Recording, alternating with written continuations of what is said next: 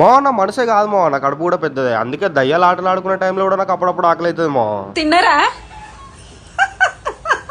తిననీకే పోతున్నాం. నమస్తే రాత్రి ప్రశాంతంగా వండుకున్న నాకు అఖండ సినిమాలో ఫైట్ సీన్లు గుర్తుకొచ్చి దెబ్బకు తెలియబడ్డదేమో.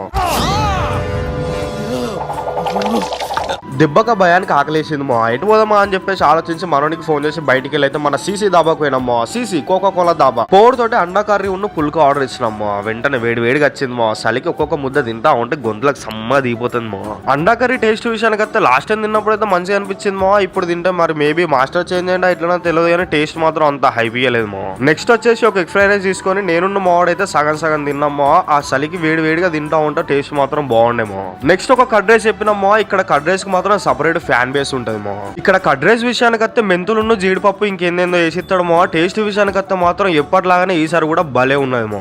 నెక్స్ట్ టైం మీరు వచ్చినప్పుడు ఖచ్చితంగా తినడానికి ట్రై అయ్యమో, బాగుంటదేమో. కొద్దిగా ఏమనుకోకు, తినే ముందు చేయగడుకు కూడా మర్చిపోయినా, నువ్వైతే ఫాలో కొట్టుడు మర్చిపోకమో.